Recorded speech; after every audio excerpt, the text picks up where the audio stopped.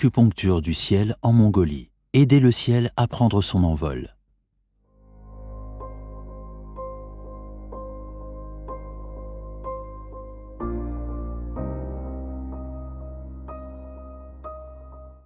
Les lecteurs de Raumonsite savent depuis longtemps que l'acupuncture du ciel effectuée avec des appareils Cloudbuster en appliquant la méthode de Wilhelm Reich ne relève pas simplement de la théorie.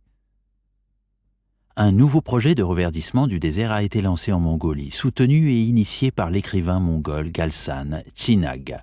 Paul Shakupsig, qui faisait partie de l'équipe, nous parle de cette action réussie. Par Paul Shakupsig, Weimar. C'est une bonne année, déclare Galsan Chinag, écrivain, chaman tribal et chef du peuple Tuva en Mongolie. Comme l'année dernière, les pluies ont été tardives mais bonnes et le bétail des nomades touvains a de quoi manger. Une grande partie du troupeau devrait donc survivre. Cette situation favorable fait pourtant figure d'exception, comme le montrent les chiffres de ces dernières années. Près de 80% du cheptel n'a pas réussi à passer les hivers mongols, qui peuvent atteindre moins 40 degrés C. Grâce aux efforts de la fondation Galsan Chinag et à l'aide financière suisse, le cheptel a pu être reconstitué par des achats et les Tuvains ont ainsi pu conserver leur pâturage traditionnel.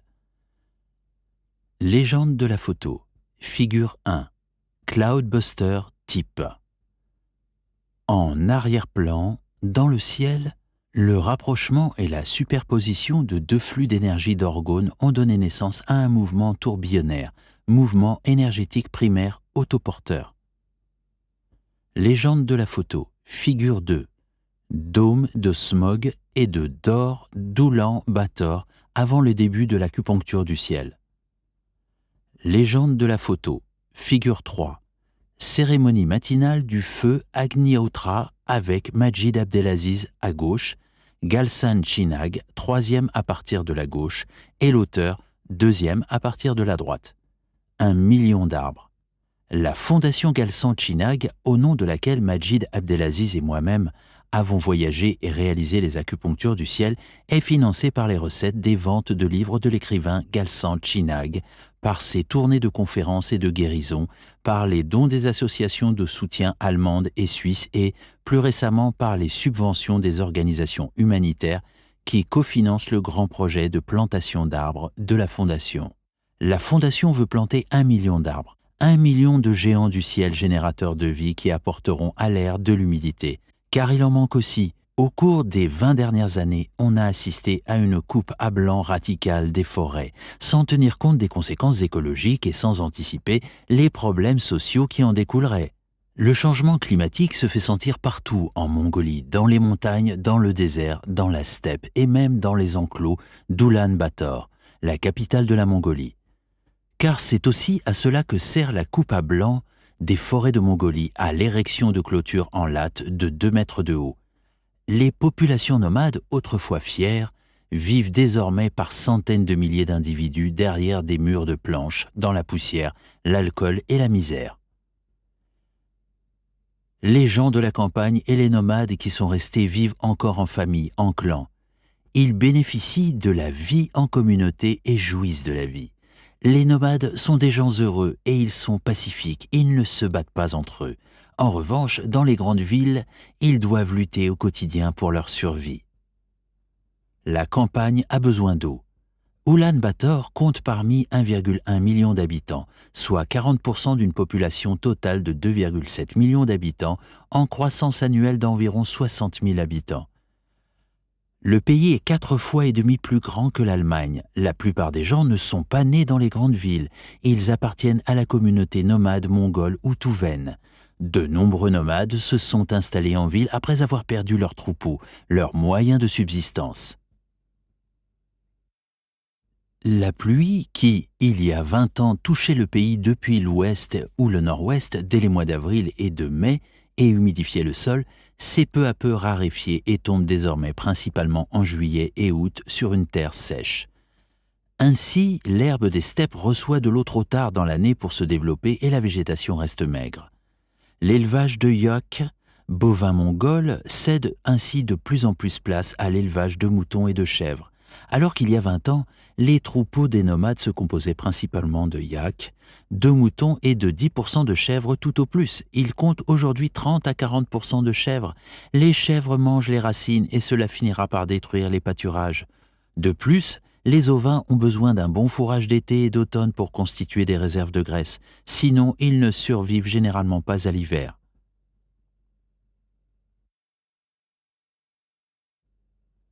Mais qu'est-ce qui explique une telle situation? Du temps de l'URSS, on a réalisé, d'après les chiffres officiels, 496 essais nucléaires, dont 383 souterrains et 113 au sol, entre 1949 et 1989, dans l'actuel Kazakhstan, sur un site d'essai situé près de Semipalatinsk. Cela équivaut à peu près à la puissance de 2500 bombes d'Hiroshima. Ces essais ont détruit une grande partie du vivant et provoqué des blocages d'or, deadly orgone, à grande échelle, figure 2. Ces blocages affectent des régions aussi éloignées que les montagnes de l'Altaï et la Mongolie. Par ailleurs, on exploite des mines d'uranium, notamment du côté chinois dans la province occidentale du Xinjiang et du côté mongol dans la région orientale de Mardai-Dornod. Ces gisements émettent en outre de fortes doses de radiation qui affectent l'atmosphère. Galsan Chinag décrit la situation comme un dragon à 3 têtes, déforestation, essais nucléaires, extraction d'uranium, qui enserrerait fermement le pays. En 2008 a germé l'idée de s'opposer à ce dragon. Le professeur Bernd Senf m'avait parlé d'un projet de reverdissement du désert en Algérie dans le Sahara. J'ai alors organisé une rencontre avec Bernd Senf et Majid Abdelaziz à Weimar en 2009, lors d'une tournée de conférences de Galsan Chinag, et c'est ainsi que le projet d'acupuncture du ciel en Mongolie a pris corps. Jusqu'en 2011, on a pris le temps de travailler le concept et de réunir le matériel et le financement de l'acupuncture du ciel.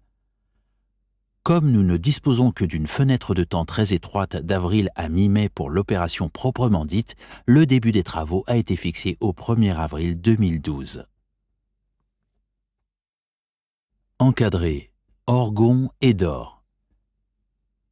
Le psychiatre et biologiste autrichien Wilhelm Reich, 1897-1957, a donné le nom d'orgone à l'énergie vitale cosmique qu'il a découverte et mise en évidence et qu'on trouve dans les organismes vivants, mais aussi dans l'atmosphère. Elle est probablement identique au concept du prana indien et du chi chinois en Asie. Des conditions environnementales défavorables, provoquées par exemple par l'extraction d'uranium ou les essais nucléaires, transforment l'orgone en deadly orgone, en abrégé d'or. Il s'agit d'un biocide qui entraîne l'arrêt des échanges énergétiques entre le ciel et la Terre et crée donc des conditions climatiques dégénératives comme la désertification. Reich et ses successeurs ont développé une technologie permettant d'aspirer le d'or et de le transformer en orgone dans le sol. L'acupuncture du ciel pratiquée ici en est un exemple. Légende de la photo, figure 4. Compression des nuages provoquée par le cloudbuster.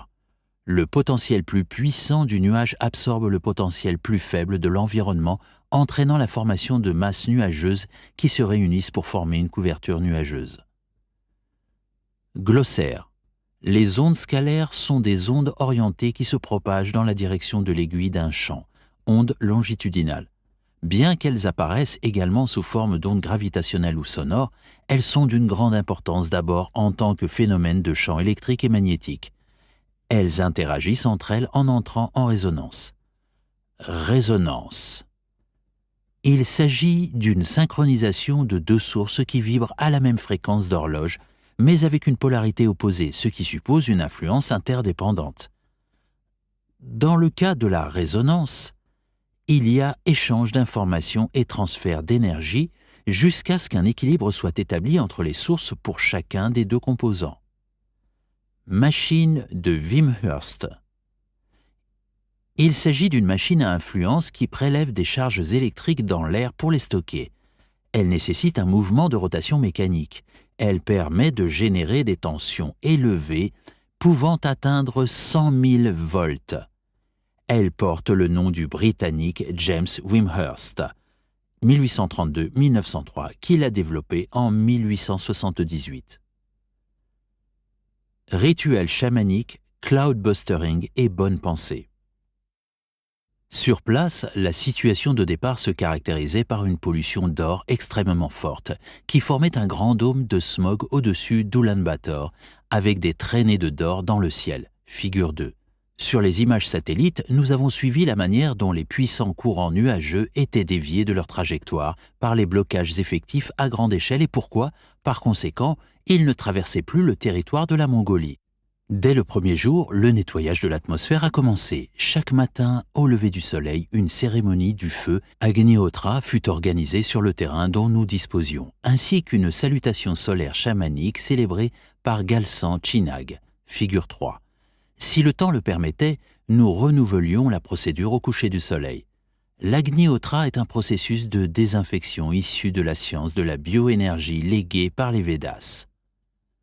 Pratiqué régulièrement, l'Agnihotra confère de grands pouvoirs de guérison à la sphère atmosphérique et à celui qui le pratique. La salutation solaire chamanique est un complément idéal de ce feu. Dans la tradition touvaine, les esprits sont invoqués pour aider à la réunification de la terre-mère et du Père Ciel.